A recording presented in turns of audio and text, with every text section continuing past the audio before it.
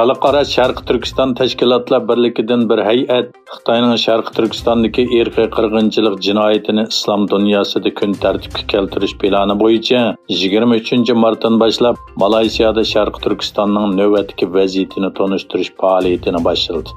Hay'at Sharq Turkiston axborot va media jamiyati raisi Abdulvaris Abdulxoliq va Sharq Turkiston ulamolar birligining muavin raisi ustoz Mahmudjon Domullamdan tashkillangan bo'lib, hay'atning maqsadi Sharq Turkiston masalasini islom dunyosidagi hokimiyat qatlamig'ila emas, balki har soatdagi musulmonlarga tonishtirib, ularning qo'llashini qo'lga keltirish uchun masjidlarning imom xatiblari va jamoatlarga Sharq Turkistonning tarixini, navbatdagi vaziyatini tafsili tonishtirish ekan. Birleşken Devletler Teşkilatı'nın Musafirlar Mahkemesi tarafından musafirlik salohiyati berilgan bir Uyg'ur musafiri yaqinda Misr bexatarlik doiralari tarafından tutib ketilgan.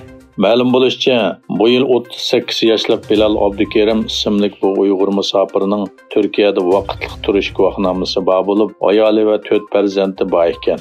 Çetel ijtimoiy aloqa supurlarida tarqalgan xabarlar va tez erishgan dastlabki uchurlardan ma'lum bo'lishicha, Bilal Abdukerimning 3-oyning 21-kuni atliganda uyidan chiqib ketganicha izderigi bo'lmagan.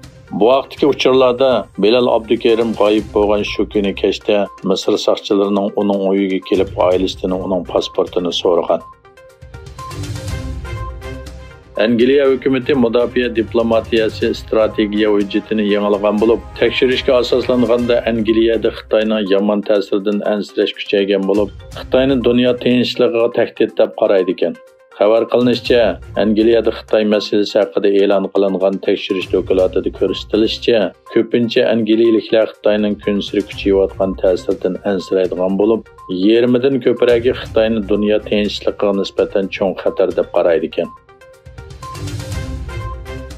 Rossiya prezidenti Putin Xitoy bilan hech qanday harbiy ittifoq qurmaganligini, lekin harbiy va texnik sohasida hamkorlikni cho'nqurlashtirganligini bildirdi.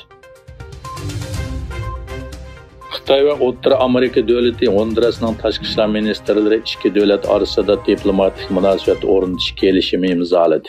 Buning bilan Honduras Tayvan bilan bo'lgan 82 yillik diplomatik munosabatini rasmiy uzdi. Növbətdə Amerikada butunlay çəkiliniş yoki setishga majburlash orqali Xitoy kommunist hukumati bilan bo'lgan aloqasining uzilib tashlanishini maqsad qilingan TikTok şirketining bosh ijroiya raisi 23 mart Amerika Avam palatasi energiya va savdo komiteti a'zolari tomonidan 5 soatdan ortiq so'roqqa tortildi.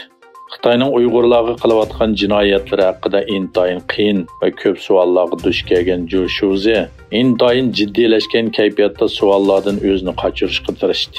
Parlament a'zosi Belirakis TikTokda bolalarning o'zlariga ziyon yetkazishni nazorat qilishning kamchiligini o'tirg'a qo'ydi.